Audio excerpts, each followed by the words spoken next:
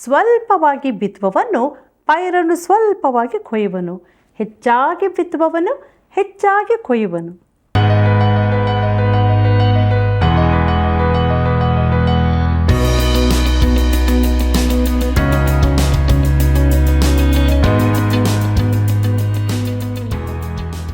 ಆತ್ಮೀಯ ಸಹೋದರ ಸಹೋದರಿಯರೇ, ಕೊಡುವಿಕೆಯ ಮಾನದಂಡ ಕರ್ತನಾದ ಯೇಸು ಕ್ರಿಸ್ತನೇ. ನಾವು ಯಾವ ಮಾನದಂಡ ಉಪಯೋಗಿಸಿ ಕೊಡುವಿಕೆಯಲ್ಲಿ ತೊಡಗಿಸಿಕೊಂಡಿದ್ದೇವೆ? ದಶಮಾಂಶದ ಮೂಲಕವೋ ಅಥವಾ ಅದಕ್ಕಿಂತ ಹೆಚ್ಚಿನದು? ಇಂದಿನ ಅಧ್ಯಯನದ ಮೂಲಕ ತಿಳಿದುಕೊಳ್ಳೋಣ. ಹಾಗಾದರೆ ದೇವರ ಆತ್ಮನ ಹತೋಟಿಗೆ ನಮ್ಮನ್ನು ಒಪ್ಪಿಸಿಕೊಟ್ಟು ನಮ್ಮ ಅಧ್ಯಯನವನ್ನು ಈಗ ಪ್ರಾರಂಭಿಸೋಣ. ಬನ್ನಿ ಪ್ರಾರ್ಥನೆಯನ್ನು ಮಾಡೋಣ. ನಮ್ಮನ್ನು ಬಹಳವಾಗಿ ಪ್ರೀತಿ ಮಾಡುವ ನಮ್ಮ ಸ್ವರ್ಗೀಯ ತಂದೆಯಾದ ದೇವರೇ, ಎಷ್ಟೊಂದು ಒಳ್ಳೆಯ ಸಮಯವನ್ನು ಅನುಗ್ರಹಿಸಿಕೊಟ್ಟಿದೆ, ಅದಕ್ಕಾಗಿ ಸ್ತೋತ್ರ. ಕೊಡುವುದರ ವಿಚಾರದಲ್ಲಿ ಈ ದಿನದಲ್ಲಿ ನಿನ್ನ ವಾಕ್ಯದ ಮೂಲಕ ನಮಗೆ ತಿಳಿಯಪಡಿಸು. ದಶಮಾಂಶ, ಕಾಣಿಕೆ, ಹೀಗೆ ಅನೇಕ ವಿಧದಲ್ಲಿ ನಿನಗೆ ನಾವು ಕೃತಜ್ಞತೆ ಉಳ್ಳವರಾಗಿ ಕಾಣಿಕೆಯನ್ನು ಕೊಡಲಿಕ್ಕಾಗುವಂತೆ ಕೃಪೆ ತೋರಿಸು. ಮತ್ತು ನಮ್ಮ ಪ್ರಿಯ ಬಾಂಧವರನ್ನು ಆಶೀರ್ವದಿಸು. ಅವರು ಸಹ ದೇವರ ವಾಕ್ಯದ ಸತ್ಯಗಳನ್ನು ತಿಳಿದುಕೊಂಡು ವಾಕ್ಯದಲ್ಲಿ ಬೆಳೆದು ಯೇಸುವಿಗೆ ಮಹಿಮೆ ತರಲಿ ಎಂಬುದಾಗಿ ಪ್ರಾರ್ಥಿಸುತ್ತಾ ಈ ಪ್ರಾರ್ಥನೆಯನ್ನು ಯೇಸುವಿನ ಮುದ್ದಾದ ನಾಮದಲ್ಲಿ ಬೇಡಿದ್ದೇವೆ. ಆಮೇನ್. ಕರ್ತನಲ್ಲಿ ಪ್ರೀತಿಯುಳ್ಳ ಸಹೋದರ ಸಹೋದರಿಯರೇ, ಯಾವನಾದರೂ ನೇಗಿಲಿನ ಮೇಲೆ ತನ್ನ ಕೈಯನ್ನು ಹಾಕಿ ಹಿಂದಕ್ಕೆ ನೋಡಿದರೆ ಅವನು ದೇವರ ರಾಜ್ಯಕ್ಕೆ ತಕ್ಕವನಲ್ಲ ಎಂಬುದಾಗಿ ಹೇಳಿದಂಥ ನಮ್ಮ ರಕ್ಷಕನಾದ ಯೇಸು ಕ್ರಿಸ್ತನ ಮಹಿಮೆಯ ನಾಮದಲ್ಲಿ ನಿಮ್ಮೆಲ್ಲರಿಗೂ ನನ್ನ ಹೃದಯಪೂರ್ವಕವಾದ ಪ್ರೀತಿಯ ವಂದನೆಗಳು. ಪ್ರಿಯರೇ, ಕೊರಿಂಥದವರಿಗೆ ಬರೆದಂಥ 2ನೇ ಪತ್ರಿಕೆಯ ಅಧ್ಯಯನವು ನಮ್ಮ ಜೀವಿತಕ್ಕೆ ಹಲವು ಆಶೀರ್ವಾದಗಳನ್ನು ಕೊಟ್ಟಿದೆಯಲ್ಲವೋ? ದೇವರಿಗೆ ಮಹಿಮೆಯಾಗಲಿ. ಮುಂದುವರೆದು ನಮ್ಮ ಧ್ಯಾನದಲ್ಲಿ ಮುಂದೆ ಸಾಗುವಾಗ ಕ್ರೈಸ್ತ ಕೊಡುವಿಕೆಗೆ ಉತ್ತೇಜನ ಎಂಬ ವಿಚಾರವನ್ನು ನೋಡೋಣ. ಕೊರಿಂಥದವರಿಗೆ ಬರೆದಂಥ 2ನೇ ಪತ್ರಿಕೆ 8ನೇ ಅಧ್ಯಾಯ 7ನೇ ವಚನವನ್ನು ಗಮನಿಸಿರಿ. ಅಲ್ಲಿ ಹೀಗೆ ಬರೆದದೆ: ನೀವು ದೇವರ ಮೇಲಣ ನಂಬಿಕೆ, ವಾಕ್ಚಾತುರ್ಯ, ಜ್ಞಾನ, ಸಕಲ ವಿಧವಾದ ಆಸಕ್ತಿ, ನಮ್ಮ ಪ್ರೇರಣೆಯಿಂದ ನಿಮ್ಮಲ್ಲಿ ಹುಟ್ಟಿದ ಪ್ರೀತಿ, ಇವೇ ಮೊದಲಾದ ಎಲ್ಲ ವಿಷಯಗಳಲ್ಲಿ ಹೇಗೆ ಸಮೃದ್ಧರಾಗಿದ್ದೀರೋ ಹಾಗೆಯೇ ಈ ಧರ್ಮ ಕಾರ್ಯದಲ್ಲಿಯೂ ಸಮೃದ್ಧರಾಗಿರಿ ಎಂಬುದಾಗಿ. ಪ್ರೀತಿಯುಳ್ಳ ಸಹೋದರ ಸಹೋದರಿಯರೇ, ಪೌಲನು ಅವರನ್ನು ಶ್ಲಾಘಿಸುತ್ತಾನೆ. ಅವರು ನಂಬಿಕೆಯಲ್ಲಿ ಸಮೃದ್ಧಿಯುಳ್ಳವರಾಗಿದ್ದರು, ಸಾಕ್ಷಿ ಕೊಡಲು ಸಮರ್ಥರಾಗಿದ್ದರು, ಅವರಲ್ಲಿ ಜ್ಞಾನ, ಆಸಕ್ತಿಗಳಿದ್ದವು. ಪೌಲನ ಕಡೆಗೂ ಇತರ ಅಪೋಸ್ತಲರ ಕಡೆಗೂ ಪ್ರೀತಿಯಿತ್ತು. ಈಗ ಅವರು ಈ ಕೊಡುವಿಕೆಯ ಕೃಪೆಯಲ್ಲಿಯೂ ಸಮೃದ್ಧರಾಗಿರಬೇಕೆಂದು ಕೇಳಿಕೊಳ್ಳುತ್ತಾನೆ. ಅವನು ಯಾವುದರ ಕುರಿತು ಮಾತನಾಡುತ್ತಾನೆ? ಕೊಡುವಿಕೆಯ ಕೃಪೆಯ ಕುರಿತಾಗಿ. ಕೊರಿಂಥದವರಿಗೆ ಬರೆದ 2ನೇ ಪತ್ರಿಕೆ 8ನೇ ಅಧ್ಯಾಯ 8ನೇ ವಚನ ಹೀಗೆ ಹೇಳುತ್ತದೆ: ಇದನ್ನು ಆಜ್ಞಾರೂಪವಾಗಿ ಹೇಳದೆ ಇತರರ ಆಸಕ್ತಿಯನ್ನು ತೋರಿಸಿಕೊಟ್ಟು ನಿಮ್ಮ ಪ್ರೀತಿಯು ಯಥಾರ್ಥವಾದದ್ದೆಂಬುದನ್ನು ಪರೀಕ್ಷೆಯಿಂದ ತಿಳಿದುಕೊಳ್ಳಬೇಕೆಂದು ಹೇಳುತ್ತೇನೆ ಎಂಬುದಾಗಿ. ಕರ್ತನಲ್ಲಿ ಪ್ರಿಯರೇ, ಕೊಡುವಿಕೆಯು ಧರ್ಮಶಾಸ್ತ್ರದ ನಿಯಮವಾಗಲಿ, ರೂಢಿಯಾಗಲಿ, ಸಂಪ್ರದಾಯವಾಗಲಿ ಆಗಿಲ್ಲವೆಂದು ಪೌಲನು ಹೇಳುತ್ತಾನೆ. ನಾವು ದಶಮಾಂಶ ಕೊಡಬೇಕೆಂದು ಹೇಳುವ ಸತ್ಯವೇದ ಬೋಧಕರಿದ್ದಾರೆಂಬುದು ನನಗೆ ತಿಳಿದದೆ. ಹಳೆ ಒಡಂಬಡಿಕೆಯಲ್ಲಿ ದಶಮಾಂಶ ಕೊಡುವಂಥದ್ದು ಮೂಲವಾಗಿತ್ತು. ಆದರೆ ಸೂಕ್ಷ್ಮವಾಗಿ ಅದನ್ನು ಗಮನಿಸುವುದಾದರೆ ಜನರು 3 ದಶಮಾಂಶಗಳನ್ನು ಕೊಡುತ್ತಿದ್ದದ್ದು ಕಂಡುಬರುತ್ತದೆ. ಒಂದು, ಸರಕಾರದ ಖರ್ಚು ವೆಚ್ಚಗಳಿಗಾಗಿ. ಇದನ್ನು ಈ ದಿನಗಳಲ್ಲಿ ತೆರಿಗೆ ಎಂದು ಕರೆಯುತ್ತೇವೆ. ಆದ್ದರಿಂದ ಕ್ರೈಸ್ತ ಕೊಡುವಿಕೆಗೆ ದಶಮಾಂಶವು ಆಧಾರವಾಗಿಲ್ಲ. ಪೌಲನು ಆಜ್ಞಾರೂಪವಾಗಿ ಹೇಳದೆ ಎನ್ನುತ್ತಿದ್ದಾನೆ. ಆಜ್ಞೆಯ ಕಾರಣಕ್ಕಾಗಿ ಕೊಡಬಾರದೆಂದು ಪೌಲನು ಕೊರಿಂಥದವರಿಗೆ ಹೇಳುತ್ತಿದ್ದಾನೆ. ಪ್ರಿಯರೇ, ಅವರನ್ನು ಕೊಡಲು ಕೇಳಿಕೊಳ್ಳುವುದಕ್ಕೆ ಪೌಲನು 2 ಕಾರಣಗಳನ್ನು ಕೊಡುತ್ತಾನೆ. ಮೊದಲನೆಯದು, ಇತರರ ಆಸಕ್ತಿಯನ್ನು ಕಂಡು. ಅದು ಮಕೆದೋನ್ಯದವರು ತೋರಿಸಿದ ಮಾದರಿಯಾಗಿದೆ. ಎರಡನೆಯ ಕಾರಣ, ಅವರ ಪ್ರೀತಿಯ ಯಥಾರ್ಥತೆಯನ್ನು ತೋರಿಸಲು. ಒಬ್ಬನ ಕಾಣಿಕೆಯ ಮೊತ್ತವು ಈ ದಿನಗಳಲ್ಲೂ ಒಬ್ಬನ ಪ್ರೀತಿಯ ಪರೀಕ್ಷೆಯಾಗಿದೆ. ಇದು ಒಬ್ಬ ಕ್ರೈಸ್ತನ ಅತಿ ಸೂಕ್ಷ್ಮ ವಿಚಾರವಾಗಿದೆ. ಕೊರಿಂಥದವರಿಗೆ ಬರೆದ 2ನೇ ಪತ್ರಿಕೆ 8ನೇ ಅಧ್ಯಾಯ 9ನೇ ವಚನವನ್ನು ಗಮನಿಸಿರಿ. ಅಲ್ಲಿ ಹೀಗೆ ಬರೆದದೆ: ನಮ್ಮ ಕರ್ತನಾದ ಯೇಸು ಕ್ರಿಸ್ತನ ಕೃಪೆಯು ನಿಮಗೆ ಗೊತ್ತಾಗಿದೆಯಲ್ಲ. ಆತನು ಐಶ್ವರ್ಯವಂತನಾಗಿದ್ದು ತಾನು ಬಡತನದಲ್ಲಿ ಸೇರುವುದರಿಂದ ನೀವು ಐಶ್ವರ್ಯವಂತರಾಗಬೇಕೆಂದು ನಿಮಗೋಸ್ಕರ ಬಡವನಾದನು ಎಂಬುದಾಗಿ. ಪ್ರೀತಿಯುಳ್ಳ ಸಹೋದರ ಸಹೋದರಿಯರೇ, ಕೊಡುವಿಕೆಯ ಮಾನದಂಡ ಬೇಕಾದರೆ ಇಲ್ಲಿದೆ. ಕರ್ತನಾದ ಯೇಸು ಕ್ರಿಸ್ತನು ತಾನೇ. ಆತನು ಐಶ್ವರ್ಯವಂತನಾಗಿದ್ದರೂ ಬಡವನಾದನು. ಆತನು ಲೋಕಕ್ಕಿಳಿದು ಬಂದು ಬಡತನವನ್ನು ಸ್ವೀಕರಿಸಿಕೊಂಡನು. ಪರಲೋಕವನ್ನು ಬಿಟ್ಟು ಈ ಲೋಕಕ್ಕೆ ಬಂದು ಬೆತ್ಲೆಹೇಮಿನಲ್ಲಿ ಜನಿಸಿ ನಜರೇತಿನಲ್ಲಿ ಬೆಳೆದು ಯೆರೂಸಲೇಮಿನ ಹೊರಪ್ರದೇಶದಲ್ಲಿ ಕ್ರೂಜೆಯಲ್ಲಿ ಸತ್ತನು. ಸಮಾಧಿಯ ಕತ್ತಲೆಯಲ್ಲಿ ಸೇರಲು ಒಪ್ಪಿಕೊಂಡನು. ಆತನು ಐಶ್ವರ್ಯವಂತನಾಗಿದ್ದರೂ ನನಗಾಗಿ ನಿನಗಾಗಿ ಬಡವನಾದನು. ಕೊರಿಂಥದವರಿಗೆ ಬರೆದ 2ನೇ ಪತ್ರಿಕೆ 8ನೇ ಅಧ್ಯಾಯ 10ನೇ ವಚನ ಹೀಗೆ ಹೇಳುತ್ತದೆ: ಈ ಧರ್ಮ ಕಾರ್ಯವನ್ನು ಕುರಿತು ನನ್ನ ಅಭಿಪ್ರಾಯವನ್ನು ತಿಳಿಸುತ್ತೇನೆ. ಈ ಕಾರ್ಯವನ್ನು 1 ವರ್ಷದ ಹಿಂದೆ ನಡೆಸುವುದಕ್ಕೆ ತೊಡಗುವುದರಲ್ಲಿಯೂ ನಡೆಸಬೇಕೆಂದು ಮನಸ್ಸು ಮಾಡುವುದರಲ್ಲಿಯೂ ನೀವು ಅವರಿಗಿಂತ ಮೊದಲಿನವರಾದ್ದರಿಂದ ನಮಗೆ ಅಷ್ಟು ಮಾತ್ರ ಹೇಳುವುದು ವಿಹಿತವಾಗಿದೆ ಎಂಬುದಾಗಿ. ಕರ್ತನಲ್ಲಿ ಪ್ರಿಯರೇ, ಕೊರಿಂಥದವರು ಕಾಣಿಕೆ ಕೊಡುತ್ತೇವೆಂದು 1 ವರ್ಷದ ಮೊದಲೇ ಒಪ್ಪಿಕೊಂಡು ಅದಕ್ಕಾಗಿ ಕೊಡುತ್ತಾ ಬಂದಿದ್ದರೆಂದು ಇದರಿಂದ ತಿಳಿಯುತ್ತದೆ. ನಿರ್ದಿಷ್ಟ ಮೊತ್ತದ ಕಾಣಿಕೆ ಕೊಡುವ ವಾಗ್ದಾನದ ಕುರಿತು ಇದು ಪ್ರಶ್ನೆಯನ್ನೆತ್ತುತ್ತದೆ. ಕ್ರೈಸ್ತನು ಕಾಣಿಕೆಯ ವಾಗ್ದಾನ ಮಾಡಬಾರದೆಂದು ಕೆಲವರು ಹೇಳುತ್ತಾರೆ. ನಾನು ಹೇಳುವುದೇನೆಂದರೆ, ನಾವು ಬೇರೆಲ್ಲದರ ಕುರಿತು ವಚನ ನೀಡುತ್ತೇವೆ. ದೇವರ ಕೆಲಸದ ಕುರಿತು ಈ ರೀತಿ ವಚನ ನೀಡುವುದು ತಪ್ಪಲ್ಲ. ಬಾಡಿಗೆ ಕೊಡಲು, ವಾಹನ, ಟಿವಿಯನ್ನು ಕೊಳ್ಳುವಾಗ ವಚನ ಬರೆದುಕೊಡುತ್ತೇವೆ. ದೇವರ ಸೇವೆಗಾಗಿ ಕೂಡ ಈ ರೀತಿ ವಚನ ನೀಡುವುದು ತಪ್ಪಲ್ಲವೆಂದು ನನ್ನ ಭಾವನೆ. ಕೊರಿಂಥದವರಿಗೆ ಬರೆದ 2ನೇ ಪತ್ರಿಕೆ 8ನೇ ಅಧ್ಯಾಯ 11ನೇ ವಚನ ಹೀಗೆ ಹೇಳುತ್ತದೆ: ಈ ಕಾರ್ಯವನ್ನು ಪ್ರಾರಂಭಿಸುವುದಕ್ಕೆ ಹೇಗೆ ನಿಮ್ಮಲ್ಲಿ ಸಿದ್ಧ ಮನಸ್ಸು ಇತ್ತೋ ಹಾಗೆಯೇ ನಿಮ್ಮ ಶಕ್ತ್ಯಾನುಸಾರವಾಗಿ ನೆರವೇರಿಸಿರಿ ಎಂಬುದಾಗಿ. ಕರ್ತನಲ್ಲಿ ಪ್ರಿಯರೇ, ಅವರು ವಚನ ಕೊಟ್ಟಂತೆ ಮುಂದುವರಿಯಬೇಕೆಂದು ಪೌಲನು ಹೇಳುತ್ತಾನೆ. ಅವರು ಮಾತಿನಂತೆ ನಡೆಯಬೇಕು. ಆದರೂ ಇದು ಒಂದು ಆಜ್ಞೆಯಲ್ಲವೆಂಬುದನ್ನು ನೆನಪಿನಲ್ಲಿಡತಕ್ಕದ್ದು. ನಾವು ವಚನ ಕೊಡಬೇಕೆಂಬ ಆಜ್ಞೆ ನಮಗೆ ಕೊಡಲ್ಪಡಲಿಲ್ಲ. ಆದರೆ ನಾವು ವಚನ ಕೊಟ್ಟಿರುವುದಾದರೆ ಅದನ್ನು ಪೂರೈಸಲೇಬೇಕೆಂದು ಈ ವಚನ ಹೇಳುತ್ತದೆ. ಕೊರಿಂಥದವರಿಗೆ ಬರೆದ 2ನೇ ಪತ್ರಿಕೆ 8ನೇ ಅಧ್ಯಾಯ 12ನೇ ವಚನವನ್ನು ಗಮನಿಸಿರಿ. ಅಲ್ಲಿ ಹೀಗೆ ಬರೆದದೆ: ಒಬ್ಬನೂ ಕೊಡುವುದಕ್ಕೆ ಮನಸ್ಸುಳ್ಳವನಾಗಿರುವಲ್ಲಿ ಅವನು ತನ್ನಲ್ಲಿ ಇರುವುದಕ್ಕೆ ಅನುಸಾರವಾಗಿ ಕೊಟ್ಟರೆ ಅದು ಸಮರ್ಪಕವಾಗಿರುವುದು. ಅವನಿಗೆ ಇಲ್ಲದನ್ನು ದೇವರು ಕೇಳಿಕೊಳ್ಳುವುದಿಲ್ಲ ಎಂಬುದಾಗಿ. ಪ್ರೀತಿಯುಳ್ಳ ಸಹೋದರ ಸಹೋದರಿಯರೇ, ಇಲ್ಲಿ ಒಂದು ಮುಖ್ಯ ಸಂಗತಿಯನ್ನು ಗಮನಿಸಬೇಕು. ಪ್ರತಿಯೊಬ್ಬನೂ ತನ್ನಲ್ಲಿ ಇರುವುದಕ್ಕೆ ಅನುಸಾರವಾಗಿ ಕೊಡಲಿ ಮತ್ತು ಸ್ವೇಚ್ಛೆಯಿಂದ ಕೊಡಲಿ. ತನಗಿಲ್ಲದಕ್ಕೆ ತಕ್ಕಂತೆ ಕೊಡದಿರಲಿ. ಹಳೆ ಒಡಂಬಡಿಕೆಯಲ್ಲಿ ದಶಮಾಂಶವು ಮೂಲ ಮಾನದಂಡವಾಗಿತ್ತು ಮತ್ತು ಈ ದಿನಗಳಲ್ಲಿ ಒಳ್ಳೆ ಆದಾಯವಿರುವವರು 10ನೇ 1% ಕಡಿಮೆ ಕೊಡಬಾರದೆಂದು ನನ್ನ ಅಭಿಪ್ರಾಯ. ಸಮೃದ್ಧಿಯ ಈ ಕಾಲದಲ್ಲಿ ಕ್ರೈಸ್ತರು 10ರಲ್ಲಿ 1 ಪಾಲಿಗಿಂತ ಹೆಚ್ಚೇ ಕೊಡಬೇಕು. ಕೊರಿಂಥದವರಿಗೆ ಬರೆದ 2ನೇ ಪತ್ರಿಕೆ 8ನೇ ಅಧ್ಯಾಯ 13ನೇ ವಚನ ಹೀಗೆ ಹೇಳುತ್ತದೆ: ಇತರರಿಗೆ ಕಷ್ಟ ಪರಿಹಾರವು ನಿಮಗೆ ಕಷ್ಟವೂ ಉಂಟಾಗಬೇಕೆಂಬುದು ನನ್ನ ತಾತ್ಪರ್ಯವಲ್ಲ ಎಂಬುದಾಗಿ.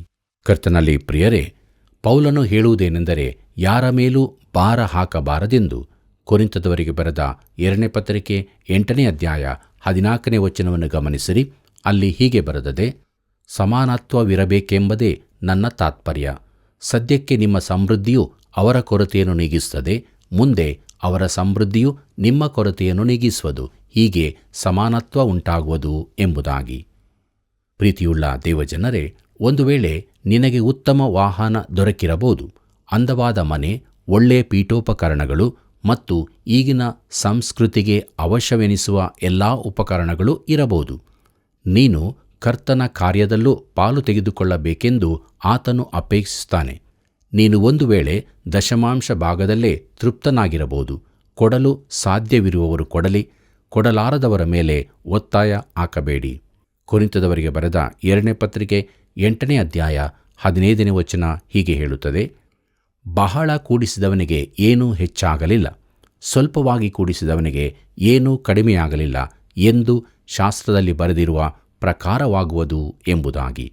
ಪ್ರೀತಿಯುಳ್ಳ ದೇವಜನರೇ, ಅರಣ್ಯದಲ್ಲಿ ಇಸ್ರಾಯೇಲ್ಯರು ಮನ್ನಾ ಕೂಡಿಸಿದ ದೃಷ್ಟಾಂತವನ್ನು ಪೌಲನು ಹೇಳುತ್ತಾನೆ. ಪ್ರತಿಯೊಬ್ಬನೂ 1 ದಿನಕ್ಕೆ ಬೇಕಾದಷ್ಟೇ ಕೂಡಿಸಿಕೊಳ್ಳಬೇಕಾಗಿತ್ತು. ಕೆಲವರು ತುಂಬ ಬುಟ್ಟಿಗಳೊಂದಿಗೆ ಹೋಗಿ ನಾವು ಸಾಧ್ಯವಾದಷ್ಟು ತುಂಬಿಸಿಬಿಡೋಣ ಎಂದು ಹೇಳುತ್ತಿದ್ದರು. ಹಾಗೆ ದುರಾಶೆಯಿಂದ ಕೆಲವರು ತುಂಬ ಕೂಡಿಸಿಕೊಂಡರು. ಆದರೆ ಏನಾಯಿತು? ಆ ದಿನಕ್ಕೆ ಬೇಕಾದದನ್ನು ಉಂಡ ಮೇಲೆ ಮರುದಿನಕ್ಕೆಂದು ಉಳಿಸಿಟ್ಟದ್ದೆಲ್ಲ ಹಾಳಾಗಿತ್ತು. ಪ್ರತಿಯೊಬ್ಬನಿಗೂ ಸಾಕಾದಷ್ಟನ್ನೇ ಕೊಡುವುದು ದೇವರ ಯೋಜನೆಯಾಗಿತ್ತು. ಕೊರಿಂಥದವರಿಗೆ ಬರೆದ 2ನೇ ಪತ್ರಿಕೆ 9ನೇ ಅಧ್ಯಾಯ 6ನೇ ವಚನದಲ್ಲಿ ನಾವು ಸ್ವಲ್ಪವಾಗಿ ಬಿತ್ತುವವನು ಪೈರನ್ನು ಸ್ವಲ್ಪವಾಗಿ ಕೊಯ್ಯುವನು, ಹೆಚ್ಚಾಗಿ ಬಿತ್ತುವವನು ಹೆಚ್ಚಾಗಿ ಕೊಯ್ಯುವನು ಎಂಬುದನ್ನು ಕಲಿತಿದ್ದೇವೆ. ನೀನು ದೇವರ ಸಂಗಡ ಹೇಗೆ ವ್ಯವಹರಿಸ್ತೀಯೋ ಆ ರೀತಿಯಲ್ಲೇ ದೇವರು ನಿನ್ನ ಸಂಗಡ ವ್ಯವಹರಿಸುತ್ತಾನೆ. ದೇವರು ಲೆಕ್ಕವನ್ನಿಡುತ್ತಾನೆಂದು ನಾನು ನೆನೆಸುತ್ತೇನೆ. ನಮ್ಮನ್ನು ಆತನು ಧರ್ಮಶಾಸ್ತ್ರ ನಿಯಮದಡಿ ಇರಿಸುವುದಿಲ್ಲ. ಯಾಕಂದರೆ ನಮ್ಮ ಕೊಡುವಿಕೆಯು ಒಂದು ಕೃಪೆಯೇ ಆಗಿರಬೇಕು, ಒಂದು ಆಶೆ ಹಂಚಿಕೊಳ್ಳಬೇಕೆಂಬ ಕುತೂಹಲವಾಗಿರಬೇಕೆಂದು ಆತನು ಬಯಸುತ್ತಾನೆ. ಅದು ಒಂದು ಸಂತೋಷದ ಅನುಭವವಾಗಿರಬೇಕು. ನೀನು ಬೇರೆಯವರಿಗೆ ಈ ರೀತಿ ಹೇಳಲು ಶಕ್ತನಾಗಿರಬೇಕು. ನೀವು ಡಾಕ್ಟರ್ ಮೆಗ್ಗಿಯವರ ಮಾತು ಕೇಳಿರಿ. ಅವರು ಈ ಲೋಕದ ಅತಿ ಹೆಚ್ಚಿನ ಸೌಭಾಗ್ಯದ ಕುರಿತಾಗಿ ಹೇಳುತ್ತಿದ್ದಾರೆ. ನಾವು ಕೊಡುವುದರಿಂದ ಹೇಗೆ ಸಂತೋಷವಾಗಿರಬಹುದೆಂದು ಹೇಳಿಕೊಡುತ್ತಾರೆ. ಇದು ನಿಮಗೆ ವಿಚಿತ್ರವಾಗಿ ಕಾಣಬಹುದು, ಆದರೆ ಪೌಲನು ಇಲ್ಲಿ ಅದನ್ನೇ ಹೇಳುತ್ತಿದ್ದಾನೆ. ಪ್ರೀತಿಯುಳ್ಳ ದೇವಜನರೇ, ಮುಂದಕ್ಕೆ ನಾವು ಕ್ರೈಸ್ತ ಕೊಡುವಿಕೆಯ ವಿವರಣೆ ಎಂಬ ವಿಚಾರವನ್ನು ನೋಡೋಣ. ಕೊರಿಂಥದವರಿಗೆ ಬರೆದ 2ನೇ ಪತ್ರಿಕೆ 8ನೇ ಅಧ್ಯಾಯ 16ನೇ ವಚನ ಹೀಗೆ ಹೇಳುತ್ತದೆ: ನಿಮ್ಮ ವಿಷಯವಾಗಿ ನನಗಿರುವ ಹಿತಚಿಂತನೆಯನ್ನು ದೇವರು ತೀತನ ಹೃದಯದಲ್ಲಿಯೂ ಹುಟ್ಟಿಸಿದ್ದಕ್ಕಾಗಿ ಆತನಿಗೆ ಸ್ತೋತ್ರವಾಗಲಿ ಎಂಬುದಾಗಿ. ಪ್ರೀತಿಯುಳ್ಳ ದೇವಜನರೇ, ಸ್ತೋತ್ರವಾಗಲಿ ಎಂಬುದರ ಮೂಲಪದವು ಕೃಪೆ ಎಂಬುದರ ಮೂಲಪದಕ್ಕೆ ಸಮಾನವಾಗಿದೆ. ಸ್ತೋತ್ರವಾಗಲಿ ಎಂಬುದು ಒಳ್ಳೆ ಭಾಷಾಂತರವಾಗಿದೆ. ಅದನ್ನು ದೇವರಿಗೆ ಕೃಪೆಯಾಗಲಿ ಎಂದು ಕೂಡ ಭಾಷಾಂತರಿಸಬಹುದು. ಕರ್ತನಲ್ಲಿ ಪ್ರಿಯರೇ, ಅವರು ಕಾಣಿಕೆಯನ್ನು ತರುವುದಕ್ಕೋಸ್ಕರ ತೀತನನ್ನು ಕಳಿಸಿದ್ದೇನೆಂದು ಹೇಳುತ್ತಾನೆ. ಆದರೆ ಅದು ಅವನ ಹೃದಯದಲ್ಲಿ ಕೃಪೆಯಾಗಿತ್ತು. ಯೆರೂಸಲೇಮಿನ ಬಡ ಕ್ರೈಸ್ತರಿಗೆ ಕಾಣಿಕೆ ಕೊಂಡೊಯ್ಯುವ ಬಯಕೆ ಪೌಲನಷ್ಟೇ ತೀತನಿಗೂ ಇತ್ತು. ಕೊರಿಂಥದವರಿಗೆ ಬರೆದ 2ನೇ ಪತ್ರಿಕೆ 8ನೇ ಅಧ್ಯಾಯ 17ನೇ ವಚನದಿಂದ 19ನೇ ವಚನದವರೆಗೆ ಗಮನಿಸಿರಿ. ಅಲ್ಲಿ ನಾವು ಹೀಗೆ ನೋಡುತ್ತೇವೆ: ಅವನು ನಿಮ್ಮ ಬಳಿಗೆ ಹೋಗಬೇಕೆಂದು ನಾವು ಕೇಳಿಕೊಂಡಾಗ ಅವನು ಒಪ್ಪಿದ್ದಲ್ಲದೆ ಅತ್ಯಾಸಕ್ತನಾಗಿದ್ದು ತನ್ನಷ್ಟಕ್ಕೆ ತಾನೇ ನಿಮ್ಮ ಬಳಿಗೆ ಬರುವುದಕ್ಕೆ ಹೊರಟಿದ್ದಾನೆ. ಅವನ ಜೊತೆಯಲ್ಲಿ ಮತ್ತೊಬ್ಬ ಸಹೋದರನನ್ನೂ ಕಳಿಸಿದ್ದೇವೆ. ಈ ಸಹೋದರನು ಸುವಾರ್ಥ ಸೇವೆಯಲ್ಲಿ ಎಲ್ಲ ಸಭೆಗಳೊಳಗೆ ಕೀರ್ತಿ ಪಡಕೊಂಡವನಾಗಿದ್ದಾನೆ. ಇದು ಮಾತ್ರವಲ್ಲದೆ ನಾವು ನಡೆಸುವ ಈ ಧರ್ಮ ಕಾರ್ಯ ಸಂಬಂಧವಾಗಿ ಸಭೆಗಳವರು ಈತನನ್ನು ನಮ್ಮ ಸಂಗಡ ಪ್ರಯಾಣ ಮಾಡುವಂತೆ ಗೊತ್ತು ಮಾಡಿದ್ದಾರೆ. ಅವರು ಹೀಗೆ ಮಾಡಿದ್ದರಿಂದ ಕರ್ತನಿಗೆ ಘನವು, ನಮ್ಮಲ್ಲಿ ಸಿದ್ಧ ಮನಸ್ಸು ಉಂಟಾಗುವುದು ಎಂಬುದಾಗಿ. ಪ್ರೀತಿಯುಳ್ಳ ಸಹೋದರ ಸಹೋದರಿಯರೇ, ತೀತನಿಗೂ ಅವನ ಸಂಗಡವಿದ್ದವನಿಗೂ ಹೃದಯದಲ್ಲಿ ಈ ಕೃಪೆಯಿತ್ತು. ಈ ಕೊಡುವಿಕೆಯು ದೇವರ ಮಹಿಮೆಗಾಗಿತ್ತು. ಪ್ರಿಯ ಸ್ನೇಹಿತರೆ, ನಾವು ಕೊಡುವಂಥದ್ದು ದೇವರ ಮಹಿಮೆಗಾಗಿ ಇರತಕ್ಕದ್ದು. ಕೊರಿಂಥದವರಿಗೆ ಬರೆದ 2ನೇ ಪತ್ರಿಕೆ 8ನೇ ಅಧ್ಯಾಯ 20ನೇ ವಚನ ಹೀಗೆ ಹೇಳುತ್ತದೆ: ನಾವು ಪಾರುಪತ್ಯ ಮಾಡುವ ಈ ದ್ರವ್ಯ ಸಂಚಯದ ವಿಷಯದಲ್ಲಿ ಒಬ್ಬರೂ ನಮ್ಮ ಮೇಲೆ ತಪ್ಪು ಹೊರಿಸುವುದಕ್ಕೆ ಆಸ್ಪದವಿರಬಾರದು ಎಂಬುದಾಗಿ. ಕರ್ತನಲ್ಲಿ ಪ್ರಿಯರೇ, ನಿಮ್ಮಿಂದ ಕೂಡಿಸಿಕೊಳ್ಳುವ ಹಣದ ವಿಚಾರದಲ್ಲಿಯೂ ಅದನ್ನು ಉಪಯೋಗಿಸುವ ವಿಚಾರದಲ್ಲಿಯೂ ನಾವು ಪ್ರಾಮಾಣಿಕರಾಗಿರುತ್ತೇವೆ ಎಂದು ಪೌಲನು ಹೇಳುತ್ತಾನೆ. ಕೊರಿಂಥದವರಿಗೆ ಬರೆದ 2ನೇ ಪತ್ರಿಕೆ 8ನೇ ಅಧ್ಯಾಯ 21ನೇ ವಚನವನ್ನು ಗಮನಿಸಿರಿ. ಅಲ್ಲಿ ನಾವು ಹೀಗೆ ನೋಡುತ್ತೇವೆ: ಯಾಕೆಂದರೆ ಕರ್ತನ ದೃಷ್ಟಿಯಲ್ಲಿ ಮಾತ್ರವಲ್ಲದೆ ಮನುಷ್ಯರ ದೃಷ್ಟಿಯಲ್ಲಿಯೂ ಗೌರವವಾದದನ್ನು ಯೋಚನೆಗೆ ತಂದುಕೊಳ್ಳುವವರಾಗಿದ್ದೇವೆ ಎಂಬುದಾಗಿ. ಪ್ರಿಯರೇ, ಕರ್ತನ ಸೇವೆಯಲ್ಲಿ ಇದು ಒಂದು ಅತಿ ಸೂಕ್ಷ್ಮವಾದ ಪ್ರಸ್ತಾಪವಾಗಿದೆ. ವಿಶೇಷ ಯೋಜನೆಗಳಿಗೆ ಕಾಣಿಕೆಗಳನ್ನು ಕೊಡುವುದಕ್ಕೆ ಹೆಚ್ಚಿನ ಸಭೆಗಳು ಪ್ರೋತ್ಸಾಹ ಕೊಡುತ್ತಿರುತ್ತವೆ. ಆದರೆ ಕೂಡಿಕೆಯಾದ ಹಣವು ಯಾವ ರೀತಿಯಲ್ಲಿ ಉಪಯೋಗವಾಗುತ್ತದೆ ಅಥವಾ ಉಪಯೋಗ ಆಗಿದೆ ಎಂಬುದನ್ನು ಯಾರೂ ಹೆಚ್ಚಾಗಿ ಗಮನಿಸುವುದಿಲ್ಲ. ಹಣವು ದೇವರ ವಾಕ್ಯದ ಪ್ರಚಾರಕ್ಕಾಗಿಯೇ ಉಪಯೋಗಿಸಲ್ಪಟ್ಟಿದೆ ಎಂಬುದಕ್ಕೆ ತಕ್ಕ ಆಧಾರವಿರಬೇಕು. ಅದರಿಂದ ಒಳ್ಳೆಯ ಫಲಿತಾಂಶ ಉಂಟಾಗಿದೆ ಎಂಬುದಕ್ಕೂ ಆಧಾರವಿರಬೇಕು. ನಾವು ಕೊಡುವ ಸಂಸ್ಥೆಯ ಮೇಲೆ ನಮಗೆ ನಂಬಿಕೆ ಇರಬೇಕು. ಅದು ಪ್ರಾಮಾಣಿಕವಾಗಿ ಕೆಲಸ ಮಾಡುತ್ತದೆ, ಯಥಾರ್ಥವಾಗಿ ನಡೆಯುತ್ತದೆಂಬ ಭರವಸೆ ಬೇಕು. ನಮಗೆ ಸಂಶಯಾಸ್ಪದವಾಗಿ ಕಾಣುವ ಸಂಘ ಸಂಸ್ಥೆಗಳನ್ನು ಪ್ರೋತ್ಸಾಹಿಸಬಾರದು. ಈ ಲೋಕವು ವಿಶಾಲವಾದ ಕೆಟ್ಟುಹೋದ ಜಗತ್ತಾಗಿದೆ ಮತ್ತು ಅನೇಕ ವಿಧವಾದ ಧಾರ್ಮಿಕ ಮೋಸಗಳು ನಡೆಯುತ್ತವೆಂಬುದನ್ನು ನಾವು ನೆನಪಿನಲ್ಲಿಡಬೇಕು. ನಾವು ಎಚ್ಚರದಿಂದಿರತಕ್ಕದ್ದು. ಪೌಲನು ಕೂಡ ಹೇಳುತ್ತಾನೆ: ಕರ್ತನ ದೃಷ್ಟಿಯಲ್ಲಿ ಮಾತ್ರವಲ್ಲದೆ ಮನುಷ್ಯರ ದೃಷ್ಟಿಯಲ್ಲಿಯೂ ನಂಬಿಗಸ್ತರಾಗಿ ಕಂಡುಬರಬೇಕೆಂದು. ಆ ಹಣವನ್ನು ಯಾವ ಕಾರಣಕ್ಕಾಗಿ ಕೊಟ್ಟಿದ್ದೇವೆಯೋ ಅದೇ ಉದ್ದೇಶಕ್ಕಾಗಿ ಅದು ಉಪಯೋಗಿಸಲ್ಪಡಬೇಕು. ಪ್ರೀತಿಯುಳ್ಳ ದೇವಜನರೇ, ಕೊರಿಂಥದವರಿಗೆ ಬರೆದ 2ನೇ ಪತ್ರಿಕೆ 8ನೇ ಅಧ್ಯಾಯ 22 ಮತ್ತು 23ನೇ ವಚನಗಳನ್ನು ಗಮನಿಸಿರಿ. ಅಲ್ಲಿ ಹೀಗೆ ಬರೆದದೆ: ಇವರಿಬ್ಬರ ಸಂಗಡ ನಮ್ಮ ಸಹೋದರರಲ್ಲಿ ಮತ್ತೊಬ್ಬನನ್ನು ಕಳಿಸಿದ್ದೇವೆ. ನಾವು ಅನೇಕ ಸಮಯಗಳಲ್ಲಿಯೂ ಅನೇಕ ಕಾರ್ಯಗಳಲ್ಲಿಯೂ ಅವನನ್ನು ಪರೀಕ್ಷಿಸಿ ಆಸಕ್ತನೆಂದು ತಿಳುಕೊಂಡಿದ್ದೇವೆ. ಈಗಲಾದರೂ ಅವನು ನಿಮ್ಮಲ್ಲಿಟ್ಟಿರುವ ವಿಶೇಷ ಭರವಸದಿಂದ ಇನ್ನೂ ಬಹು ಹೆಚ್ಚಾಗಿ ಆಸಕ್ತಿಯುಳ್ಳವನಾಗಿದ್ದಾನೆ. ತೀತನನ್ನು ಕುರಿತು ಕೇಳುತ್ತೀರೋ? ಅವನು ನನ್ನ ಪಾಲುಗಾರನು, ನಿಮ್ಮ ಪ್ರಯೋಜನಕ್ಕಾಗಿ ನನಗೆ ಸಹಕಾರಿಯೂ ಆಗಿದ್ದಾನೆ. ಆ ಸಹೋದರನನ್ನು ಕುರಿತು ಕೇಳುತ್ತೀರೋ? ಅವರು ಸಭೆಗಳಿಂದ ಕಳುಹಿಸಲ್ಪಟ್ಟವರು, ಕ್ರಿಸ್ತನ ಮಹಿಮೆಯನ್ನು ಪ್ರಕಾಶಪಡಿಸುವವರು ಆಗಿದ್ದಾರೆ ಎಂಬುದಾಗಿ. ಪ್ರಿಯರೇ, ಅವರು ತೀತನನ್ನು ನಂಬಬಹುದು. ಅವನ ಕುರಿತು ಒಳ್ಳೆಯ ವರದಿಯಿದೆ. ಅವರಿಗೆ ಈ ಮಾತುಗಳನ್ನು ಬರೆಯುವ ಪೌಲನನ್ನು ಅವರು ನಂಬಬಹುದು. ಆ ಹಣವನ್ನು ಒಬ್ಬ ವ್ಯಕ್ತಿಯ ಸಂಗಡ ಮಾತ್ರ ಕಳುಹಿಸುತ್ತಿಲ್ಲ. ಕೊನೆಯದಾಗಿ ನಾವು ಕೊರಿಂಥದವರಿಗೆ ಬರೆದ 2ನೇ ಪತ್ರಿಕೆ 8ನೇ ಅಧ್ಯಾಯ 24ನೇ ವಚನವನ್ನು ಗಮನಿಸಿರಿ. ಅಲ್ಲಿ ಹೀಗೆ ಬರೆದದೆ: ಆದ ಕಾರಣ ನಿಮ್ಮ ಪ್ರೀತಿಯು ಯಥಾರ್ಥವಾದದ್ದೆಂಬುದನ್ನು, ನಿಮ್ಮನ್ನು ನಾವು ಹೊಗಳಿದ್ದು ನ್ಯಾಯವೆಂಬುದನ್ನು ಇವರಿಗೂ ಸಭೆಗಳಿಗೂ ತೋರಿಸಿಕೊಡಿ ಎಂಬುದಾಗಿ. ಪ್ರೀತಿಯುಳ್ಳ ದೇವಜನರೇ, ಅವರು ಪ್ರೀತಿಯನ್ನು ಸಿದ್ಧಾಂತಪಡಿಸಬೇಕೆಂದು ಪೌಲನು ಹೇಳುತ್ತಿದ್ದಾನೆ.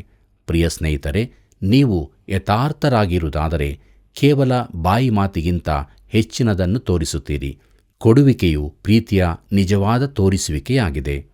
ಒಬ್ಬ ಯೌವನಸ್ಥನು ತನ್ನ ಸ್ನೇಹಿತೆಗೆ ಹೀಗೆ ಬರೆದನು: ನಿನಗೋಸ್ಕರ ವಿಶಾಲ ಸಾಗರವನ್ನೇ ದಾಟಬಲ್ಲೆ, ಆಳವಾದ ನದಿಯನ್ನೂ ಈಜಬಲ್ಲೆ, ಅತಿ ಎತ್ತರದ ಪರ್ವತವನ್ನು ಹತ್ತಬಲ್ಲೆ, ಸುಡುವ ಮರುಭೂಮಿಯ ಮರಳಿನ ಮೇಲೆ ಮೊಣಕಾಲಿನಿಂದ ನಡೆಯಬಲ್ಲೆ ಇತ್ಯಾದಿ.